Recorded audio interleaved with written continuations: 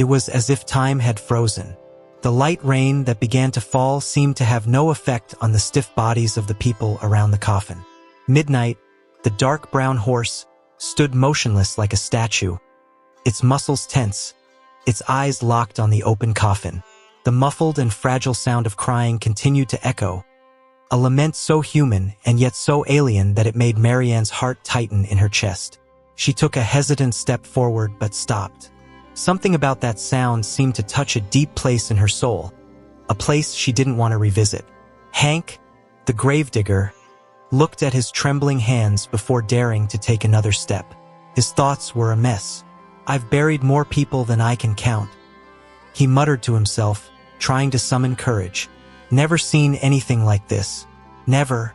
Each step he took toward the coffin seemed to carry the weight of 1,000 untold stories.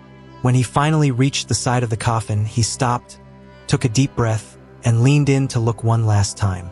What he saw made his blood run cold. "It can't be," he whispered, almost voiceless. His hand shot to his mouth, trying to stifle a scream. Inside, the creature moved, slow and shaky, like a newborn waking up for the first time. But it wasn't a baby. Its skin was pale and blotched, as if it had never felt the warmth of the sun. The eyes, large and deep, were fixed on the horse, and the small arms reached out in its direction, silently begging for something no one could understand. The smell coming from the coffin was damp and ancient, like a basement locked away for decades. The neigh of midnight broke the silence again, this time louder and more desperate. He stamped his hooves on the ground, as if trying to scream for someone to do something. The connection between the horse and the creature was undeniable. Some of the people stepped back even further, whispering about curses and old stories of souls that couldn't rest in peace. "We shouldn't have brought this horse here," a man said, his voice trembling. "He knows something we don't." Marianne, finally breaking the trance, stepped forward. "This isn't right. There's something Earl never told us," she said, more to herself than to the others. But before she could continue, the creature inside the coffin began to cry louder, its voice turning into a high-pitched, piercing sound that made the air vibrate. The rain intensified, soaking everyone, but no one moved. Midnight, now completely drenched, lowered his head, and a tear slid down his face. It was impossible to deny that this horse, in some way, knew what was happening. But what did that mean? The torrential rain felt like a forewarning of something bigger, as everyone waited, terrified, to see what would happen next. Are you enjoying the story? Then, leave a like and subscribe to the channel. Turn on the notification bell so you don't miss the next mysteries to come. The rain was now nearly deafening, pouring relentlessly onto the broken coffin and the drenched shoulders of the onlookers. Midnight, motionless, stood like a monument amidst the chaos, as if the storm couldn't move him from his place. The creature inside the coffin began to stir more, its movements small but filled with a strange urgency. Every sound it made echoed in everyone's mind like a primal call, something no one could explain, but that sent chills down spines and quickened hearts. Hank suddenly recoiled, falling to his knees in the muddy ground. "This isn't normal. It's not human," he shouted, his voice breaking with fear. He pointed at the creature with trembling fingers. Marianne, hesitant, stepped forward slowly. Every beat of her heart seemed to echo in the heavy silence between the thunderclaps. "Earl always said midnight was special," she murmured, almost like a prayer. "But I never imagined it was something like this." The creature, now fully visible to anyone willing to look, stretched out one of its arms, pointing directly at midnight. Its hand, small and skeletal, trembled like a leaf in the wind. The horse let out another high-pitched whinny and took a step forward, its eyes fixed on the creature. It was as if midnight was responding to a command only he could hear. The two seemed connected in a way that defied any logical explanation, as if they were two parts of an ancient story, waiting to be unraveled. A lightning bolt cut through the sky, illuminating the scene in quick flashes. In that moment, Marianne noticed something that took her breath away. Inside the coffin, next to the creature, was an old photo. She bent down, her hesitant fingers reaching for the wet object. As she lifted the photo, her eyes widened. It was Earl, younger, holding a horse identical to Midnight, but there was something else. Beside him was a woman, with striking eyes and an enigmatic smile. In her arms, a child. "My God," Mary Ann whispered, her body trembling. She held the photo up for the others to see, but most of them turned away, afraid to face the mystery unfolding before them. Before she could say anything, Midnight moved closer to the coffin. He lowered his head slowly, until his eyes were level with those of the creature. For a moment that felt like an eternity, everything was silent, except for the constant sound of the rain.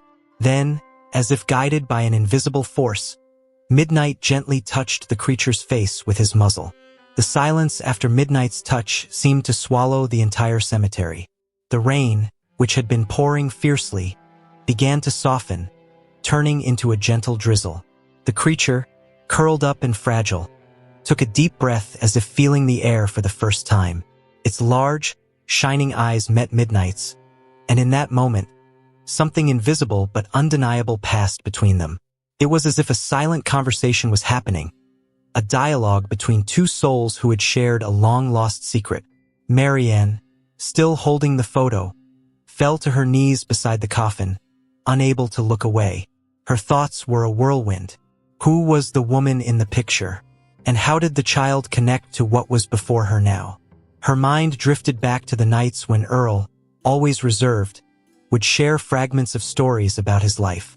He spoke of tough choices, irreplaceable losses, but never of a family. How did we never notice? How did we never ask? Mary Ann thought, feeling a sharp pang of guilt pierce her chest. On the other side of the coffin, Hank tried to find his courage. He grabbed a shovel for support and murmured to himself, "This isn't natural. This shouldn't be happening." But as he looked at Midnight, a strange weight settled on his heart. The horse seemed more human than many of the people there. It wasn't just a pet. There was something about it that transcended common understanding, something that felt directly tied to the mystery they were literally digging up. A distant thunder interrupted Hank's thoughts. Suddenly, the creature raised its arms towards Mary Ann. She instinctively stepped back, but Midnight whinnied softly, as if to say it was okay. Taking a deep breath, Mary Ann placed the photo on the ground and reached out her trembling hand. When her fingers touched the creature's cold, fragile skin, she felt a wave of emotion wash over her body. Sadness, pain, and love. It was as if everything Earl had felt in his life was being transferred to her in that moment. Before she could process what was happening, the creature turned its face toward the sky. A low sound, almost like a song, came from its throat, echoing through the cemetery. Midnight immediately joined in, whinnying in harmony. It was more than just a sound. It was a call, a warning, or perhaps a farewell. The rain stopped completely, and the air grew heavy, as if something was about to happen. Mary Ann looked at the creature and whispered, almost unknowingly, "Who are you?" The silence that followed seemed to carry the answer no one dared to give. The atmosphere in the cemetery grew unnervingly heavy. Mary Ann felt a chill run down her spine as her eyes fixed on the creature, which now seemed more alive, more aware. Midnight stood by the coffin, its eyes glowing like torches in the dark, as if guarding something more precious than its own life. No one dared speak, but the questions were written on everyone's faces. Who was this creature? What had Earl been hiding from everyone for all these years? Suddenly, a faint murmur came from one of the older people present, Mrs. Eleanor, who was standing with her cane. "This reminds me of a story I heard when I was a child," she said, her hoarse voice almost swallowed by the wind. All eyes turned to her. Earl was young at the time. They used to say he had a great love, but something terrible happened. The woman disappeared, and Earl was never the same again. I always thought it was just a gossip story, but now... Eleanor paused, her mind trying to piece together memories of a distant past. Mary Ann, still kneeling, felt a coldness rising up her hands. She held the photo again, staring at the woman in it. The similarities with the creature were subtle, but they were there, in the eyes, in the fragility of the features. The realization began to settle in. Earl had lost more than just a love. He had lost something no one could have imagined. The creature was not a stranger. It was part of his story, his pain, his deepest secrets. Before anyone could ask more questions, Midnight let out a loud, nervous neigh, as if trying to silence the speculations. He started circling the coffin, his hooves striking the wet ground as if drawing something in the mud. Marian watched, hypnotized. Then, as if guided by an invisible force, Midnight stopped in front of a nearby gravestone. He lowered his head and lightly tapped his hoof against it, drawing the attention of everyone. Hank was the first to approach the gravestone, rubbing away the moss that covered the inscription. When the words finally appeared, he gasped. Lillian Thompson, he read aloud, struggling. 1927 to 1954. Beloved wife and mother. A murmur of shock rippled through the group. Earl had a wife, and she had been buried there all along, just a few feet away from where he would rest. What had he been hiding all these years? What had happened to her? And more importantly, how was that creature in the coffin connected to all of this? The answers were closer than ever, but also more terrifying than anyone could have imagined. The words engraved on Lillian Thompson's gravestone seemed to echo in the silent cemetery. Beloved wife and mother. No one could fully process the revelation that Earl, the solitary man the town believed had no family, had lost not only a wife but also someone he could call a son. Marian tightened her grip on the photo, feeling the emotional weight of that secret. Meanwhile, Midnight stood still before the gravestone, motionless like a sentinel, his gaze fixed on the cold stone. The silence was broken by Eleanor's trembling voice. Earl never spoke of her, but I remember the funeral, she said, as everyone turned to look at her. It was quiet like this one. There were rumors that Lillian died in childbirth, but no one saw the baby. They said it didn't survive. Earl locked himself in the cabin and was never the same, and that horse Midnight came soon after. He said it was a gift from someone special, but never explained who. The old woman looked at the creature in the coffin, her eyes filled with fear and pity. Could the baby have survived? Marian couldn't hold back the tears. It was as if all the pieces of a macabre puzzle were falling into place, but the final image was still a mystery. She knelt beside the coffin and stared at the creature again. You are his son? She whispered, her voice barely audible. The small being blinked, its large, bright eyes reflecting an inexplicable understanding. Suddenly, it lifted one of its thin hands and pointed directly at Lillian's gravestone. Marianne's heart seemed to stop for a moment. It was as if the creature was saying, yes. Midnight let out a deep neigh, as if confirming the connection. Hank, who had been standing on the sidelines until then, took a hesitant step forward. He was a practical man who never believed in superstitions or fantastic stories, but now he couldn't ignore what was before him. If the baby survived, why didn't Earl ever tell us?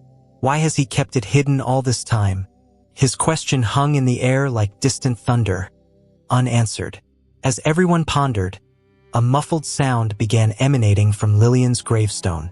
A low noise, almost imperceptible, that gradually grew louder. Midnight moved even closer to the stone, stamping his hooves against the ground as if trying to get attention. The drizzle began to fall again, and the air grew colder. The sound seemed to be coming from deep within the earth, like a call buried for decades, waiting to be heard. The people recoiled in panic except for Marianne, who couldn't take her eyes off the gravestone. Something was buried here besides her, she said, almost breathless. And then, a thin crack began to form in the stone, as if the past was finally trying to break free. What do you think Earl was hiding about Lillian's baby? Share your thoughts in the comments. What do Midnight and the crack in the gravestone mean? Comment your theories. The sound of the crack in the gravestone was like a silent scream that reverberated through the entire cemetery. The light drizzle turned into a cold wind that whipped through the trees around, as if nature itself could feel the tension of the moment. Midnight, with his hooves firmly on the ground and ears pinned back, didn't move away from the cracked stone. He let out a deep, prolonged neigh, as if calling something only he understood. Marianne, still kneeling next to the coffin, couldn't tear her eyes away. The crack widened, and a terrifying silence fell over everyone. Suddenly, a loud snap cut through the air, and the gravestone split in half with a dry sound. A collective gasp of horror and surprise escaped from the lips of those present. The earth beneath the gravestone began to move slowly, as if something was forcing its way up. Hank stepped back, his eyes wide with pure terror. "This isn't possible.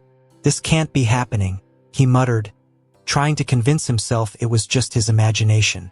Marianne stood up, her knees trembling, but her determination was stronger than the fear. "If Earl kept this secret for so long, there must be a reason for it," she said, her voice firm, though her heart was racing. The creature in the coffin began to make a low sound, almost like a moan. Midnight responded with another neigh, this time softer, almost comforting.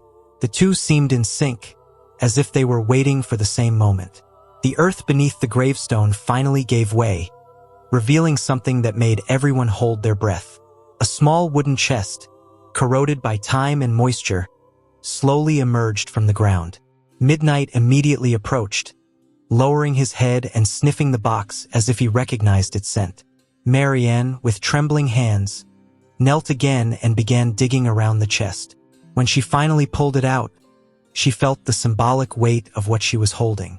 The chest was small, but it seemed to contain something much bigger than its size suggested. With all eyes on her, Marianne took a deep breath and opened the chest.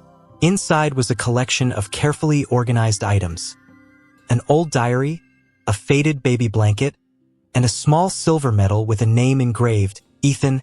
Marianne felt a pang in her chest as she read the name. Ethan, the son everyone thought had died along with Lillian. Tears began to roll down her face as she picked up the diary. As she opened the first page, Earl's steady handwriting seemed to whisper from beyond. "For Ethan, when the time is right." Marianne held the diary with trembling hands, as the cold wind blew around her, as if the cemetery itself were listening to what was about to unfold. The small name engraved on the pendant, Ethan, seemed to echo in her mind, an incomplete answer to all the secrets hanging over that family. Midnight, standing beside her, watched every movement closely, as if keeping the moment with an almost human reverence. The creature in the coffin settled in silence, its bright eyes fixed on the diary, as if it too knew that this object held the answers. "I'll read," Marianne announced, her voice steady despite the clear tension. The first words on the opening page were like an arrow straight to the heart. "Ethan, my son, if you ever find this diary, know that everything I did was for you and your mother.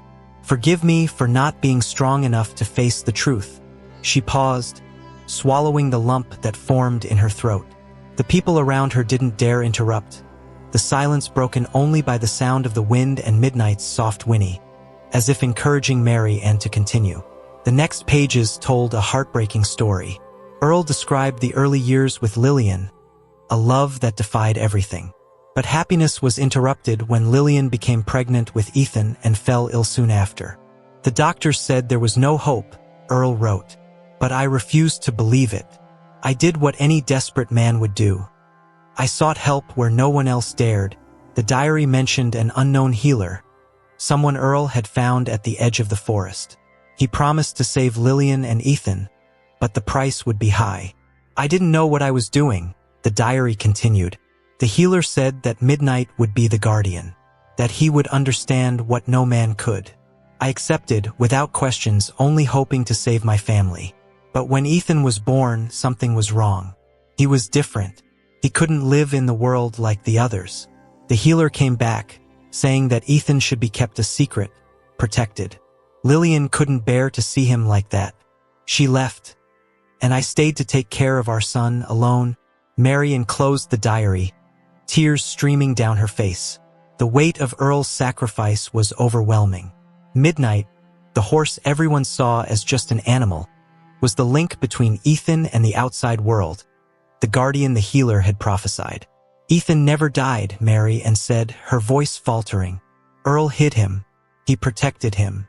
Midnight was the only family he had. The creature in the coffin seemed to understand every word, its gaze now fixed on Midnight with an almost human expression of gratitude. But what Earl hadn't explained yet was what everyone wanted to know. Why now? Why was Ethan there at his father's funeral? Marian carefully closed the journal, feeling the weight of each word from Earl as if they were her own. Beside her, Midnight seemed almost proud, as if the secret he had carried for so many years was finally being set free. But the silence that followed the reading was as thick as the fog around them. Everyone in the cemetery was staring at the creature in the coffin, Ethan. He was the center of a mystery that was now becoming clearer, yet at the same time more perplexing. Why had Earl chosen to reveal everything at that moment? And what would happen now? Before Marian could open the journal again, a strange sound echoed through the cemetery. It was low, like the rustling of leaves, but it came from the direction of the coffin. The creature, Ethan, was moving more. Slowly, he rose to sit up, propping himself up with his thin, fragile arms. His eyes searched for Midnight, who immediately stepped forward, tilting his head as if waiting for a command. Then, Ethan raised one hand and pointed directly at the journal. It was as if he was asking Marian to continue. Swallowing hard, she opened the journal again, turning the pages carefully. There, near the end, she found something that made her gasp. It was a final message from Earl, written in shaky handwriting, as if he knew he was writing his last words. If you're reading this, it means my time has come. Midnight will know what to do. Ethan deserves to see the world, but he'll need someone who understands his heart. Please take care of him just as you took care of me. He is my legacy. Marian felt a tightness in her chest as she read those words. The responsibility that Earl had entrusted to those present was overwhelming. She looked around, seeing the mix of expressions on people's faces. Some looked terrified, others deeply moved, but everyone understood the importance of this moment. Ethan wasn't just Earl's son. He was a symbol of sacrifice, unconditional love, and the fight to protect what mattered most. Midnight, for his part, softly neighed, as if confirming the words in the diary. Without warning, Ethan reached out his arms toward Marian, like a child seeking comfort. Instinctively, she lifted him into her arms. Though his body was light and small, she felt a strange strength emanating from him, as if he carried a lifetime of stories and silent suffering. Midnight approached, resting his muzzle on her shoulder, as if to say she wasn't alone. The rain began to fall again, but this time it seemed lighter, almost purifying. As everyone watched, Marian knew, deep in her heart, that this was the moment Earl had waited his whole life for. Ethan was ready to begin a new chapter. Marian felt the fragility of Ethan's body in her arms as Midnight's steady footsteps echoed through the cemetery.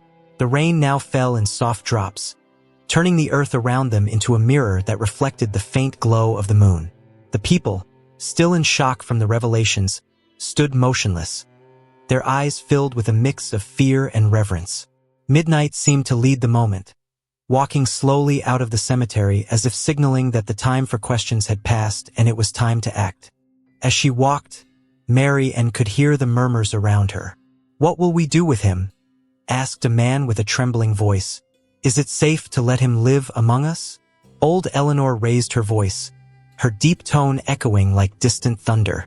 "Ethan is not a monster, and Earl sacrificed everything to protect him. It is our duty to honor that." Her words carried an ancient wisdom that momentarily calmed the crowd, but the weight of Ethan's future still hung over everyone. Marian looked at Midnight, whose eyes conveyed a quiet determination. The horse was more than a guardian. He was a link between two worlds, a bridge between the human and the inexplicable. Ethan, in turn, seemed increasingly aware. He lifted his head and looked at Marian, his eyes filled with something she could only describe as trust. She felt a wave of emotion wash over her, as if Earl were standing beside her, holding her hand and telling her she was on the right path. As they reached the entrance of the cemetery, Marian stopped and turned to the group. "Earl entrusted this to us. He knew that one day Ethan would need to be accepted, not hidden. And maybe that's why midnight brought him here. We can't leave him alone now. Her words were met with silence, but the looks began to change. It wasn't easy to accept the unknown, but the small, fragile figure in Marianne's arms didn't seem threatening.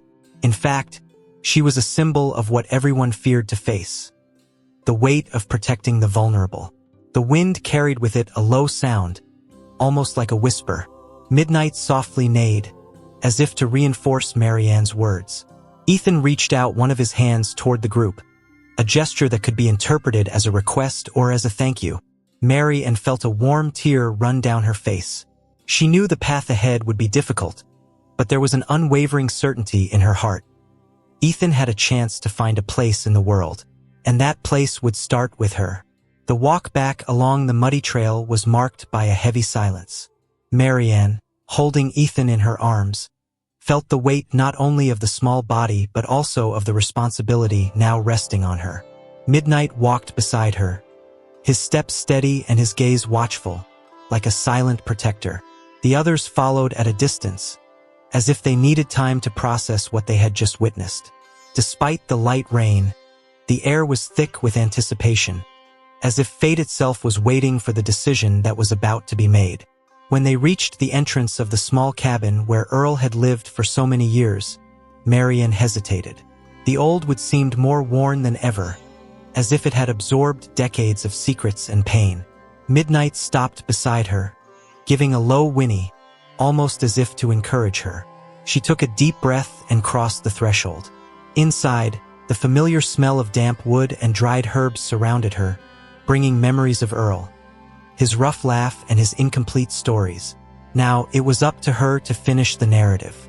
Marianne placed Ethan on an old armchair, adjusting the blanket that covered him.